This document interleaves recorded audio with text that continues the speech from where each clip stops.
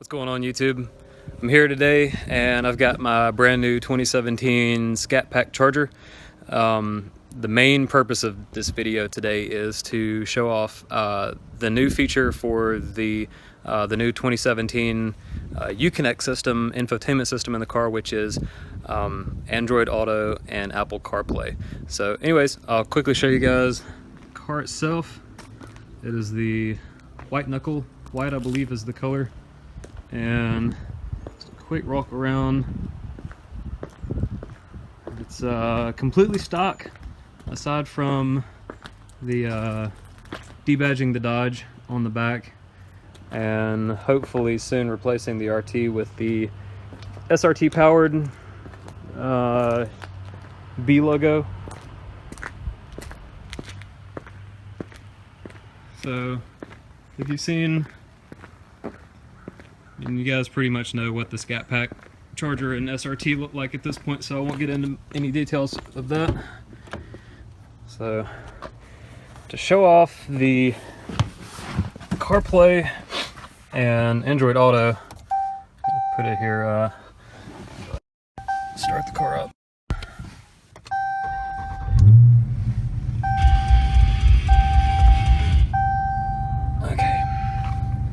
Now, it's really simple to get this going. I'm going to start with the Android Auto since I'm currently filming with the iPhone. One thing I did notice after having the a 2016 charger loaner is that we've lost the SD card port, but having two USB ports, it really doesn't make it that big of a deal because thumb drives are super cheap, and they work just as well. So you still have two USB ports for your media and a good old aux jack. But anyways, this is my Nexus 6P here. I'm gonna go ahead and get this connected. All right, so I'll have the phone pointing at the screen. So when I plug this in, it automatically pulls it up. Now, you do have to download Android Auto from the App Store. I have this on the phone already because my previous vehicle, my Golf R, had Android Auto and Apple CarPlay. So I'll go ahead and unlock the phone here.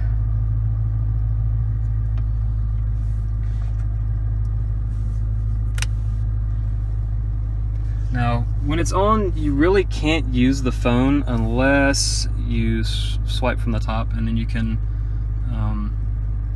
kind of do what you need to do. And you can, if you have another app open, you can like go to that, or so if I want to go to my weather, it'll still pull up the weather without messing with the screen. So you do kind of retain some dual screen capabilities.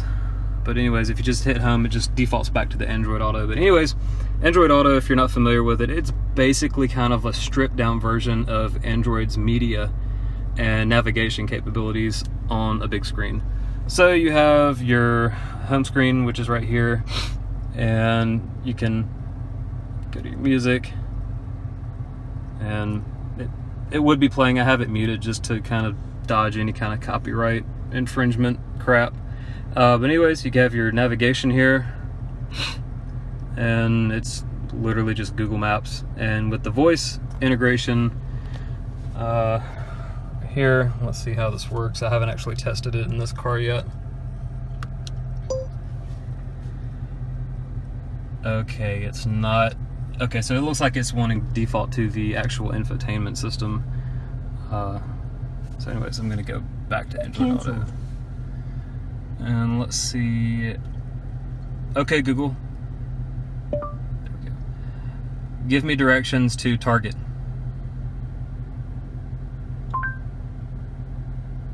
Okay, so you basically results for Target. Okay, so that's kind of how it works, just like the Android app, just on a slightly bigger screen here.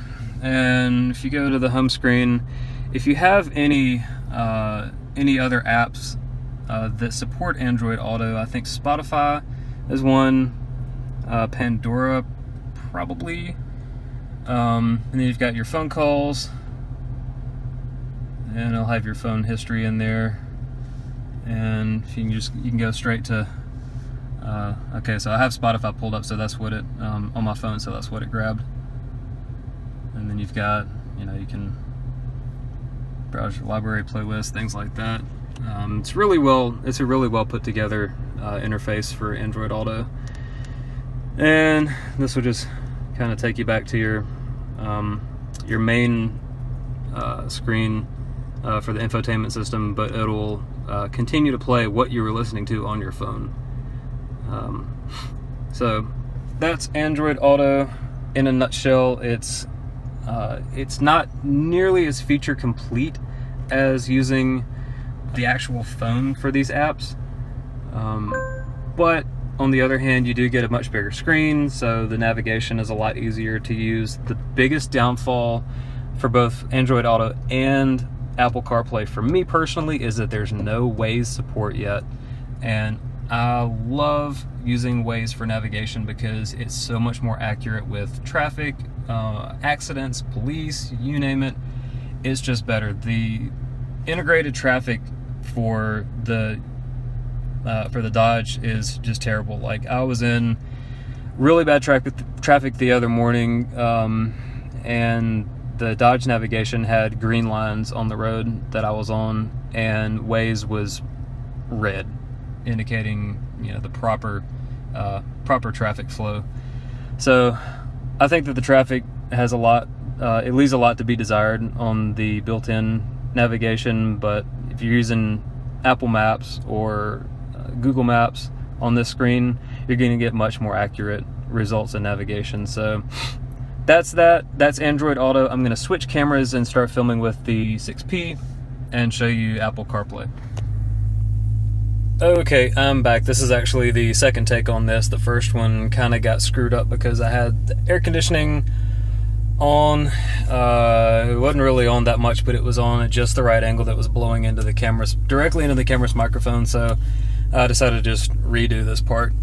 So anyways, I'm going to show you how CarPlay works with the iPhone, and it's pretty much exactly like the Android Auto with a couple of little differences. So plug this in here. Sweet background. Okay. So I was listening to Spotify, and so that's what's going to be pulled up here. You have a little home screen button for your Apple apps, and as you can see, you've got your phone, music, maps, messages, whatever is currently playing. Doesn't really matter if it's a YouTube video or a podcast or Spotify or whatever. It's going to pull up whatever you've got currently going. And then you've got your podcast. And Spotify is an app that has Apple CarPlay capabilities. There are several others, just like on Android Auto, that just aren't included with the phone out of the box. So, yeah, you can check out and see what different apps are actually CarPlay capable. But anyways, over here you can see that there is a little bit of differences. Let's see if I can get this to go down in the exposure. But that's Apple Maps down below that, and then my phone app. So if I go to the phone, it basically pulls up exactly kind of what the phone would have with your dialer and the voicemail and contacts and things like that. Apple Maps, again, is exactly like what you would think it is. Again, it's really not digging the screen being bright. But anyways, you kind of get the idea like this. Let's see if I can. Yeah, it ain't gonna happen. But that, maybe I can trick it. Nope. Definitely did better when there was daylight outside. It's kind of in the afternoon here. But anyways, you get the idea. It's Apple Maps, and you can say, "Hey Siri, take me to Target." And just like Google Maps, Siri is going to show me the different options for going to Target. So Spotify, again, you've got what's currently playing, and if you go back, it takes you back into kind of the main menu for Spotify, just like on Android. And you can go to playlist, just like normal, and you can tell Siri to play. So, hey Siri, play Spotify gym playlist. I couldn't find gym in your music. Oh, damn it, Siri, come on. Okay, so she only, I guess, works with Apple Music. So if I go back, and I don't have any Apple Music playlists. Hey Siri, play artist Metallica. Here's Metallica.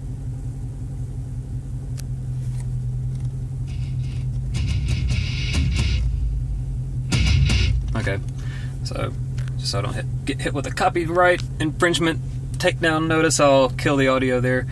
So anyways, you do get Siri with the built-in, with the app support, just like with Google Assistant, and just like with the Google Android Carplay or Android Auto, this is still only going to control your Dodge Infotainment voice command. It's not going to control Siri's voice command, I don't think. Let's try this. Cancel. Sorry, I missed that. Cancelled. So again, it does the exact same thing. It's going to control your actual other features and not the phone itself. Let's see what else. Okay, that doesn't do anything. That's back to the home screen. And if you go to the media again, you can take it to the this is still connected to the phone. You see the USB 2. That's where the phone is plugged into. So I'm still getting my audio and media display information there. So if I want to go to this, go to Waze, and there we can do whatever I need to do in Waze while retaining this on the screen, just like with Android. So I do like that ability. The Volkswagen, I don't think it could do that. I think it would just take you to the main, it would just keep it on this screen, and you could still listen to the music, but you actually couldn't see the information and have on-screen controls like you can here. So I really do like that. That's an upgrade, in my opinion, over what was in the Volkswagen. So that about wraps it up. Again, these are pretty cool features that they've added. Not game changers by any means. I do think that the big game changer is just how nice this infotainment screen. Again, there's pinch to zoom on the maps. These infotainment screens, I think they have a lot of catching up to do in terms of getting as responsive as what even a basic Android tablet screen can do. But they are reliable, and they don't have any kind of burn-in problems the way that you might find on like the OLED screens on the Samsungs. I know that they have that problem. But yeah, the touchscreens aren't really up to par in my opinion, but it might just be a limitation of the safety of the technology that they're trying to use with these things. But compared to the 2016 loaner that I had with the UConnect system, this is a lot better. It's faster. It loads. It'll load up my apps faster than the other one would.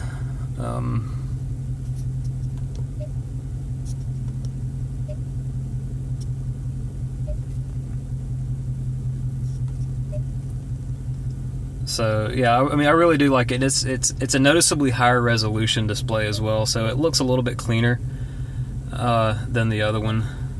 But yeah. Anyways, hopefully that gives you an idea of what the Android Auto and Apple CarPlay systems are like with these new Dodge vehicles. And I guess that's about it. That's about all I can think of. This is, I mean, it's just, again, kind of a, not really going into nitty-gritty details. There's really not a ton of features that are available right now. I think that both of these systems are still in their infancy.